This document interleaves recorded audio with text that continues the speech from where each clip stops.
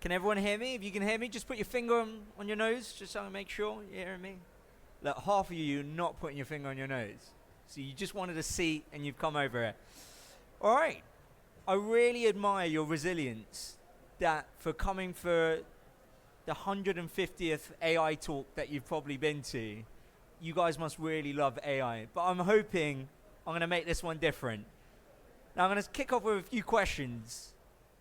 How many of you feel like AI has had a big impact on your life, on your personal life? All right, we got a few people. Okay. How many of you feel like you've used AI to have a big impact on the organization that you work for? Oh, surprising, roughly the same.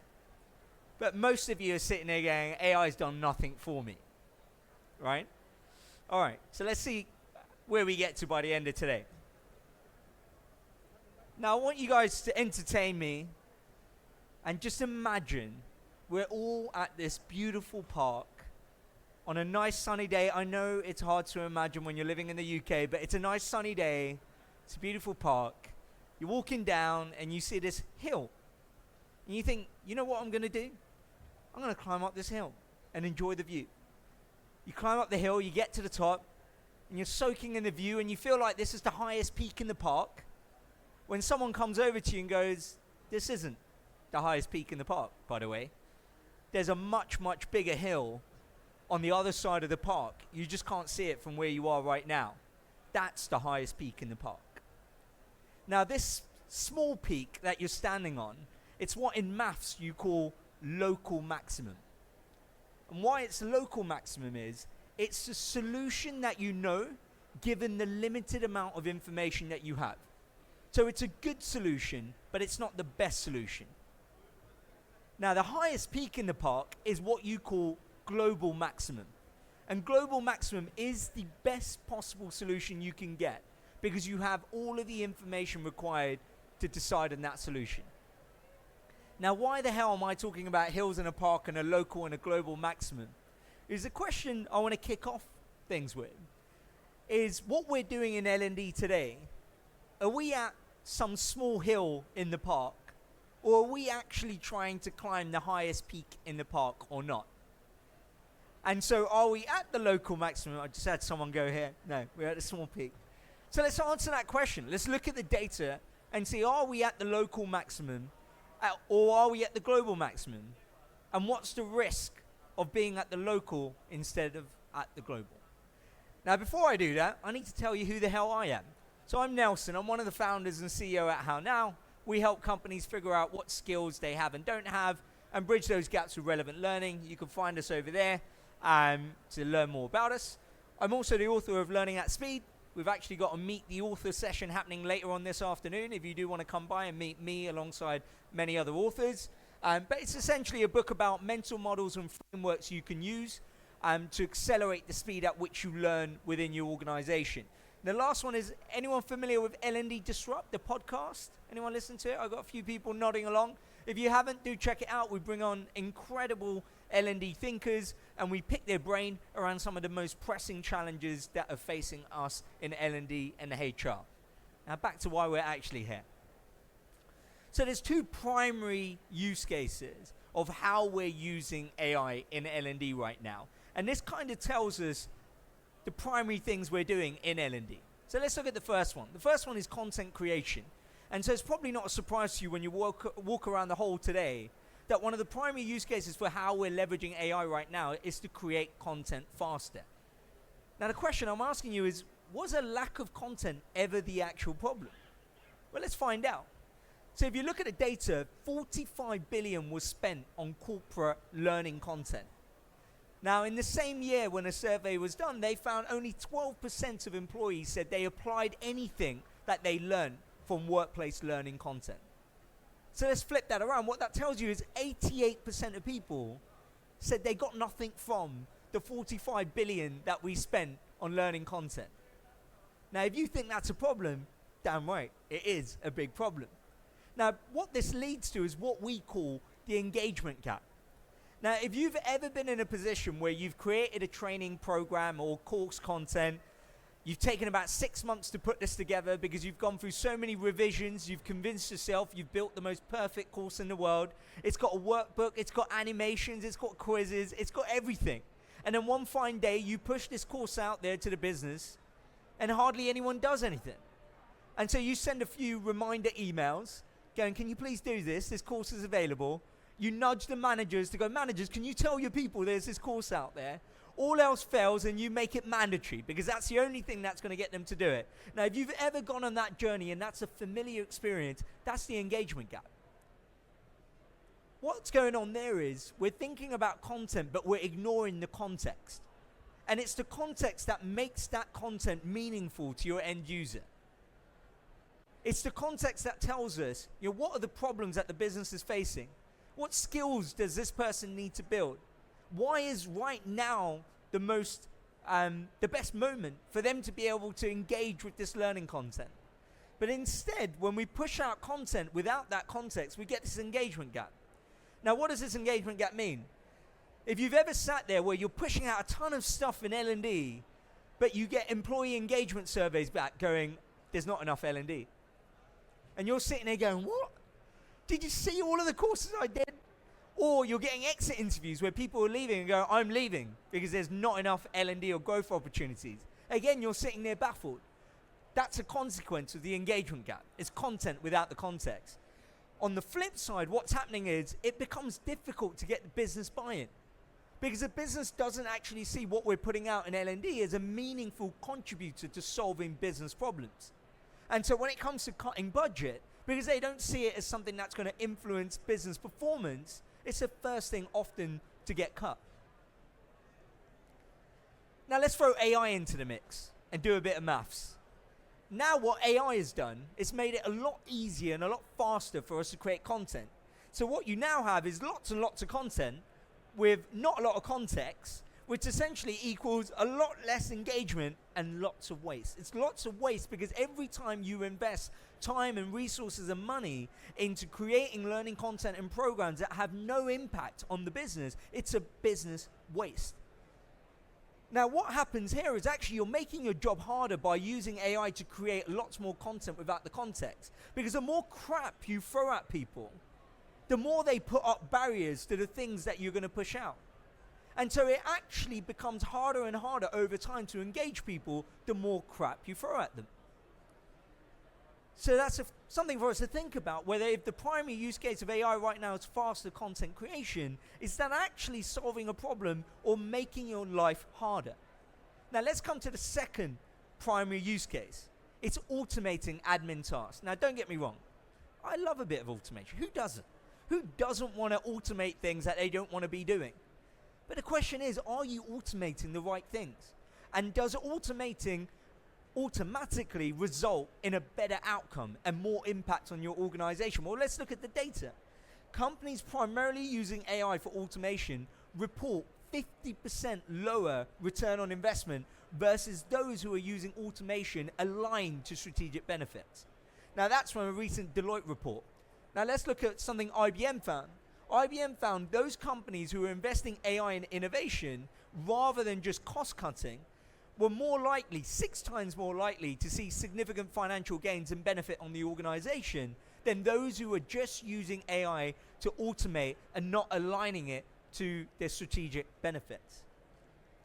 Now the takeaway here is there's a big difference between doing a thing right and doing the right thing. Now what's happening is now we can automate, we're essentially automating the things that we were always already doing. That doesn't already make the things that you're already doing right. It is more important that we're doing the right thing than doing the thing right. And it's the combination of doing the right thing right is what puts us in the most probable position to have the greatest impact on our organization. And so if this is how we're using AI right now, it kind of tells you what we were doing in L&D. So let's come back to our core question. Are we at the local maximum or global maximum? It's pretty fair to say, looking at the data, that we're at the local maximum. And we're currently using AI in L&D to climb a hill, but it's definitely not the highest peak in the park. Because we're using AI to be more efficient, but are we more effective? The data doesn't say so. So why is that? Why are we being more efficient without being effective? Before we come to that, there might be some of you sitting there going, but Nelson, I like the view from the small hill. I don't want to climb the highest peak. Why can't I just stay at this small hill? The view's nice. Well, there's a risk. The risk is when you have efficiency without effectiveness, you can end up scaling the same thing you were trying to avoid. Now, let's say we keep on using AI to create a lot of content faster. It means we're going to get pretty good at creating bad content, but really quickly and quite cost effectively, which now means we could be overwhelmed by the same problems that we are hoping AI can solve one day. A lot more information overload, the engagement gap gets bigger, and so actually the things we wanted AI to solve, we've just made that problem a lot worse. And then it doesn't change the perception. Now, many of you might be working in organizations where L&D right now is perceived as a cost center. Now, really, L&D at the very least should be perceived as a value center. And what we should be striving for is to become a profit center. Because actually, let's look at it. Every organization has a strategy. The question is, do they have the skills to execute that strategy or not? Who are the people who influence that? L&D should be influencing that. So if we're influencing whether you have the skills to execute your strategy, we should be driving the profit. At the very least, we should be delivering value. But if we're just going to focus on efficiency without the effectiveness, then actually we risk continuing to be perceived as a cost center. And when you're a cost center, you're often in the first, you're in that shortlist of firing line when you need to be cut as a cost. The last one is, imagine going to your boss and saying, look, we've had back-to-back quarters where we've missed our target, but we've been super efficient at missing our target. We don't get to keep our job just because we've been efficient at missing our targets. And now there's enough of a reason, hopefully, for you to realize it's not safe to stay on this small hill. We have to climb the highest peak to have the greatest impact. Now, what I'm going to talk to you about is what is this highest peak and how do we climb it? And how can AI help us climb the highest peak in the park? Now, that comes down to defining first, what is the global maximum? I think it's pretty fair to say, if everyone can apply what they were learning at work and that translated into greater profit for the business, so fundamentally, if learning was driving the business performance, that would be the highest peak within workplace learning. Now, why do I call out learning applied is equal to profit? Because there's a significant difference between education, when we think about colleges, schools, and universities, and workplace learning. Many of us have learned things at school that we've probably never applied in our life. How many people in this room have applied algebra in their day-to-day life? One person, right? Now, that's the difference between education and workplace learning, because in education, we learn a bunch of stuff where we're not in the context to transfer that learning. So it could be years, decades, or never before we actually apply and transfer this learning. But workplace learning is different. Workplace learning, we're learning things within the context where we can transfer what we've learned. So actually, we should be able to see the impact of what we're learning within the workplace. Yet, if you look at the way we approach things in L&D, it has a heavy hangover of traditional education, which wasn't built for this context of learning transfer. That's why, for us, the holy grail in workplace learning is learning applied equals profit. Now, the bridge that connects learning applied to profit is skills, because skills provides us with the context. Skills is the language that the entire business speaks that creates that context for us. This is backed by data. So if you look at the data, and I'll come to that, but essentially even thinking it through logically, if I go to an employee, they don't care how many courses are in your library. They don't care how many hours they've been learning. But if you talk to them about, do you have the skills right now to do your job well? Do you have the skills to be able to progress in your career? They do care. The same thing with your CEO. You go to your CEO and tell them, do you know we have 10 million courses in our content library? They don't care. Tell them that everyone's doing 50 hours of learning a month. They don't care. But tell them that you don't have the skills to be able to deliver the strategy. They do care. So skills is that language that everyone in the organization understands, and it's the way in which we can describe that context both internally and externally. And this aligns with what we're seeing in the data. 74% of CEOs are concerned about the availability of key skills, not the availability of content in their library. You've got 94% of employees who would stay longer in their company if you invested in their skill development. No employee is coming to you saying, I would engage in learning more. If instead of 1 million courses, you had 10 million courses, I would definitely do more learning. No one is saying that to you.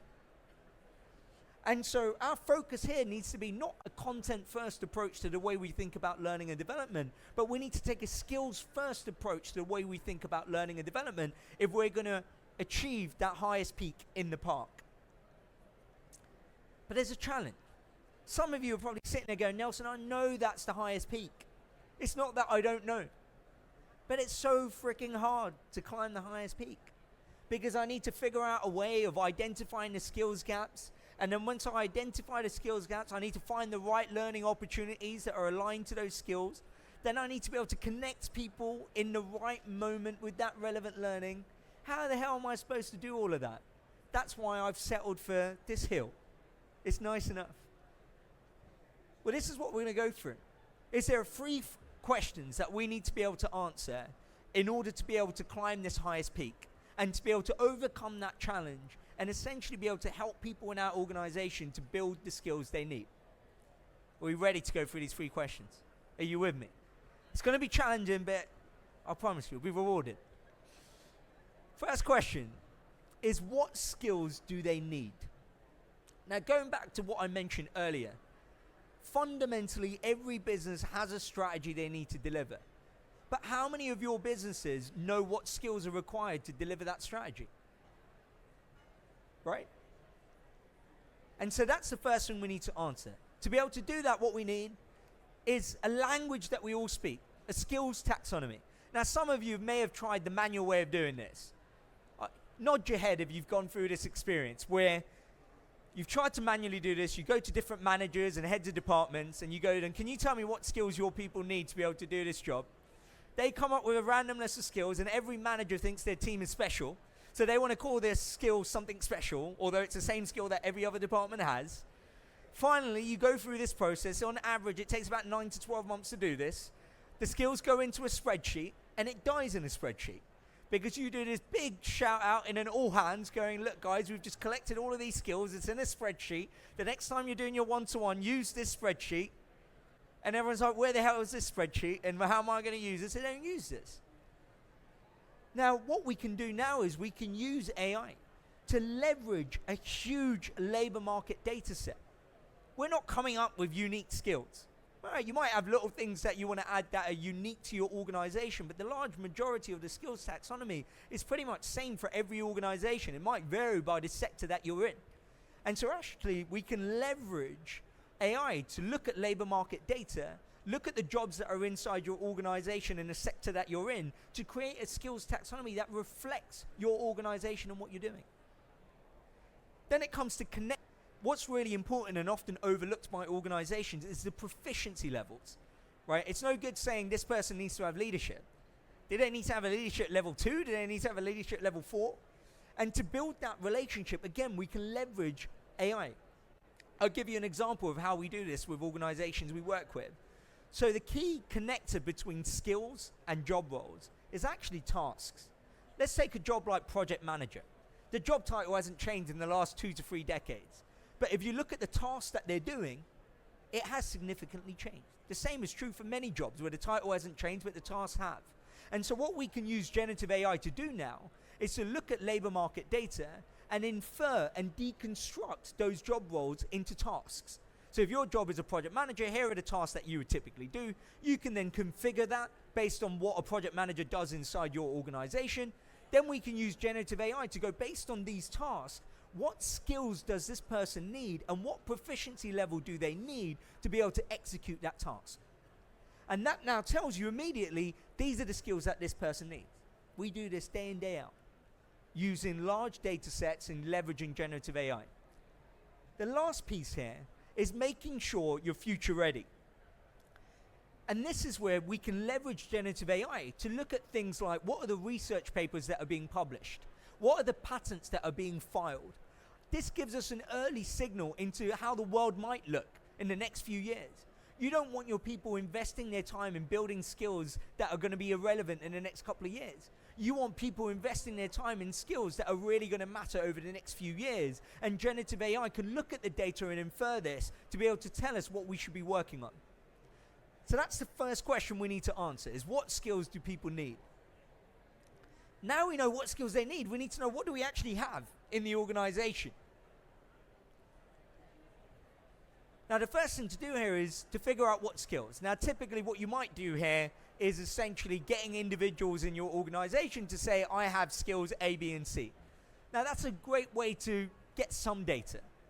But there's ways we can take the friction out of this process.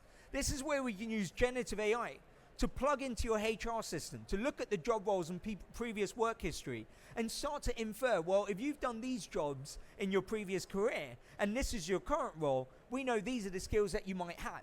We can also look at data around what you've been learning.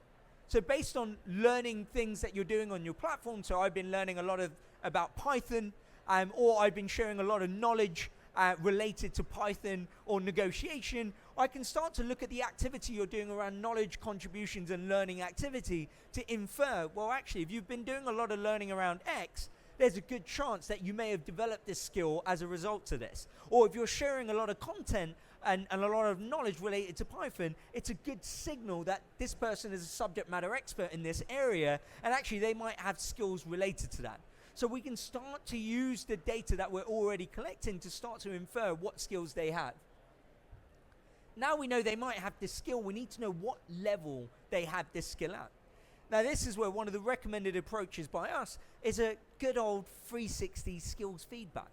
Now why is a good old 360 skills feedback powerful is the alternative way is I give you a test. You spend an hour doing a test, and just because you ace an exam, I say you're a level 4. Now we all know just because you ace an exam, it doesn't make you great at your job. Actually, the best way to evidence whether you're applying what you're learning is to ask the people who you work with, to ask a manager, to ask your colleagues, have you seen me apply that skill? It's a bit like saying, if I watched a video of someone riding a bike, I could probably tell you the steps for riding a bike. But that doesn't mean I can get on a bike and ride it. And that's where a 360 skills assessment can really help. But where we can take this further, and I think this is one of the areas where AI is going to really have a significant impact. Let's talk about a few ways in which we think that might happen. The first way is we can use AI to create scenarios and simulations to assess that. I'll give you an example. There's one form of assessment called a Socratic assessment, where we have a dialogue, we debate and we discuss. You keep challenging me.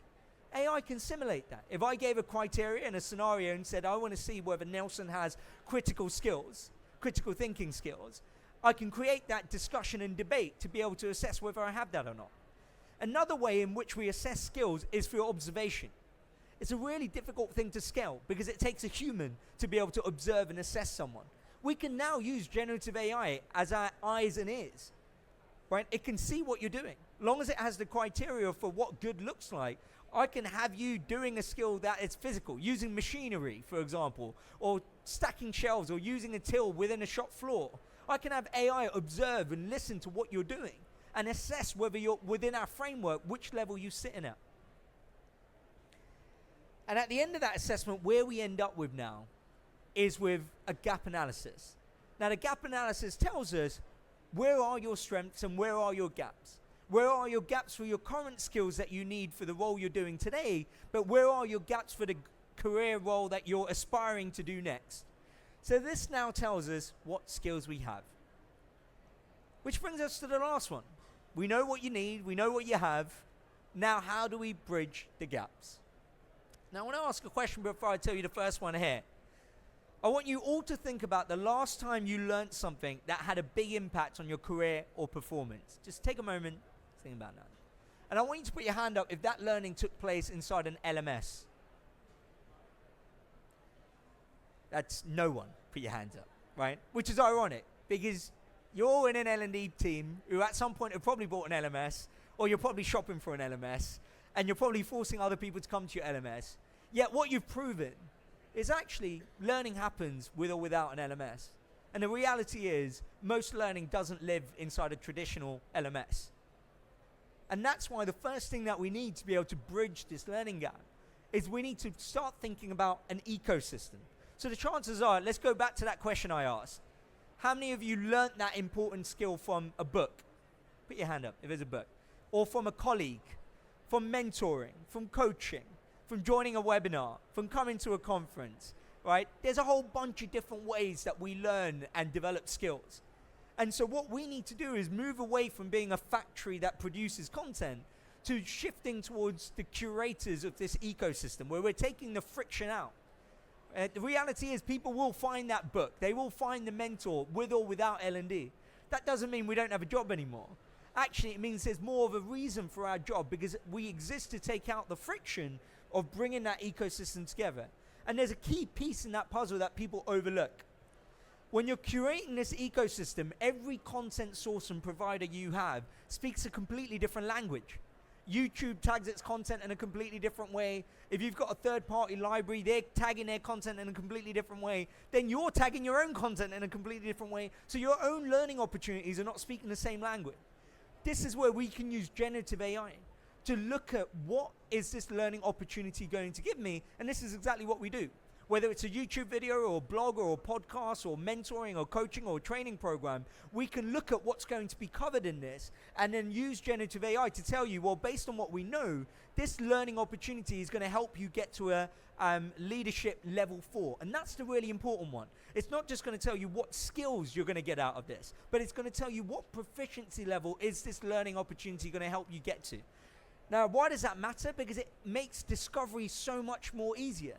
Because if I know I should be at a level 4 in Python, but actually I'm currently at a level 3, I don't want to see beginner level stuff. And I don't want to see stuff that's too advanced for me. I want to see the learning opportunities are just right for where I am right now. And that's exactly what we can leverage generative AI to do. Now, once you've got that ecosystem, what you also want to think about is the type of learning experiences that we have available in that ecosystem today. Now, most of our e-learning and classroom training over Sage on the Stage isn't going to be fit for the world where we're trying to develop skills-based learning experiences. Now, this is where things like projects, gigs, scenarios, simulations, and some of the exercises I said before where generative AI can be really crucial in being able to create those skills-based learning experiences, right? Where I can have that dialogue with generative AI, where I can be quiz. A generative AI can take on the role of a customer, and I can practice what that difficult customer conversation can be like. And this is where what we think more of a shift will happen is learning moving towards fully active learning, where even the content you might consume outside of it and the synchronous time that you're spending together with a real human is really around practicing solutions to a problem and going back and forth and interacting with each other. And there's the targeted upskilling. Now, right now, when we speak to L&D professionals who are using a traditional LMS, they're often pushing content out based on arbitrary business rules. So they're pushing content out to, everyone in the sales team needs to have this pathway, or everyone who's breathing inside the organization needs to look at this course. But the reality is we don't all need it. And it goes back to, if we've diagnosed and assessed the problem right, we can use generative AI to target people with the relevant learning. And I'll give you an example of this. Right now, many of you have probably created a learning pathway.